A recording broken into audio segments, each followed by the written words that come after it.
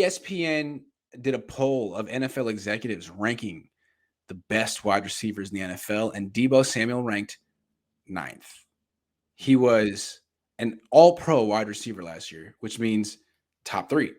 But somehow executives wouldn't even rank him top 8. What do you think? See, this one is interesting because they're looking at him as a straight receiver, which is what one executive said. He goes, "Listen, I think Debo's really good. I just don't know how to rank him as a pure receiver," which I think is kind of fair. But at the same time, he went crazy as a pure receiver before they turned him into a running back. Absolutely crazy. And some of the guys above him, you've got Cup, Chase, and Cup and Chase. Both of them basically have one really good year in this league. Chase has only been in the league for 1 year. They were at 2 and 3. So you can't use he's only had one really good year against him. Evans is right above him. Very underrated. Always over 1,000 yards, extremely consistent, but he's always barely over 1,000 yards. It's not like he's putting up 1,800 yards in a season, right? And then you've got guys like Hopkins, who, I mean, arguably I would have said maybe the best receiver going into last year, but now he's got the steroid thing. He's coming off the injury. He's suspended. I don't know, man. I feel like they slided Deebo quite a bit. To me, Deebo, even as a pure receiver right now, is top 5. He just is. He has to be. He's too dynamic. He can get the ball behind the line of scrimmage, run it for 80, and save a season. He's proven he can be that guy. I think what they're doing, I've been reading about this. I feel like coaches and executives in the NFL, they try to break wide receiver play up into 3 phases: before the catch, at the catch, after the catch. And they would look at Deebo as being, well, before the catch, maybe you're average. At the catch, maybe you're average. After the catch, you're elite.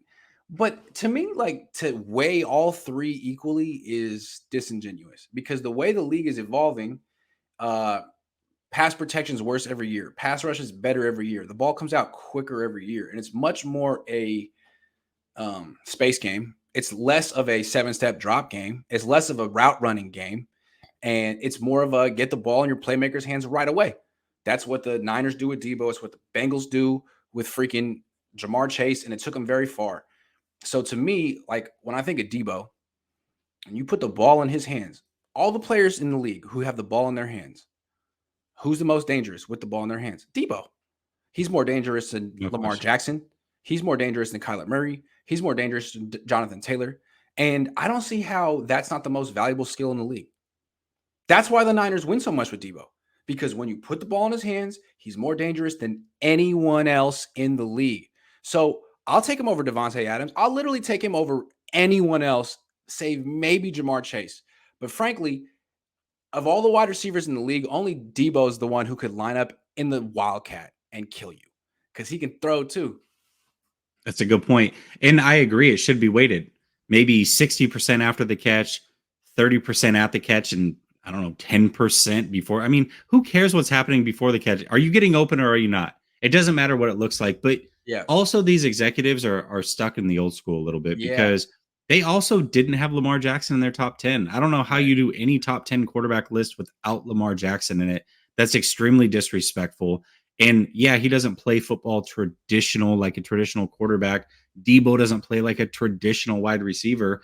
And because of that, these guys get penalized because they don't know what to do with them. I just think it's old school, and it's a bad mentality to have.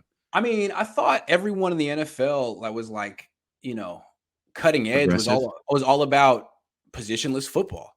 Yeah. Who embodies that more than Deebo? If you try to pigeonhole him in a position, you somehow downgrade him.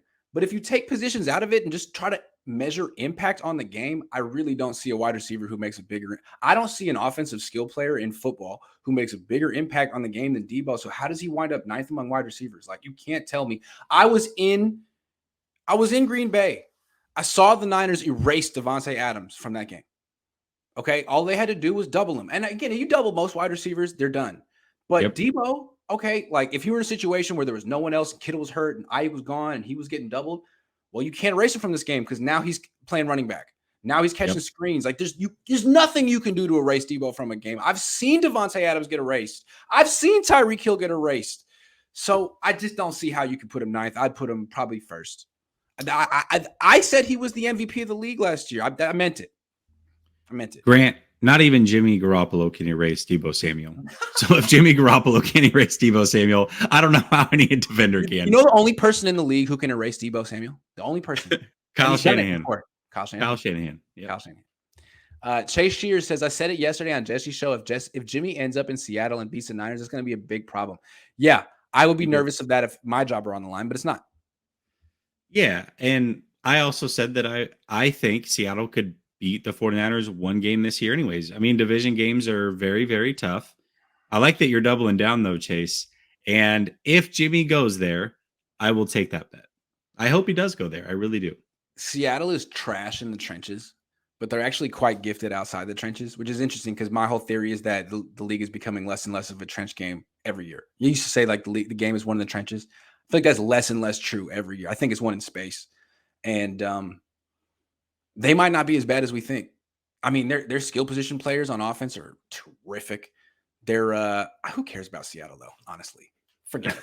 Who cares? Sean says Giants should trade a 4th rounder in 2023 for Jimmy. They have Saquon, decent tight end, and Ingram, and 2 up and coming wide receivers. Run heavy offense that fits Jimmy's skills. They didn't upgrade over Jones. I don't think the Niners would accept a 4th rounder in 2023, even though they freaking should. I don't think they will though. But it's a good thought.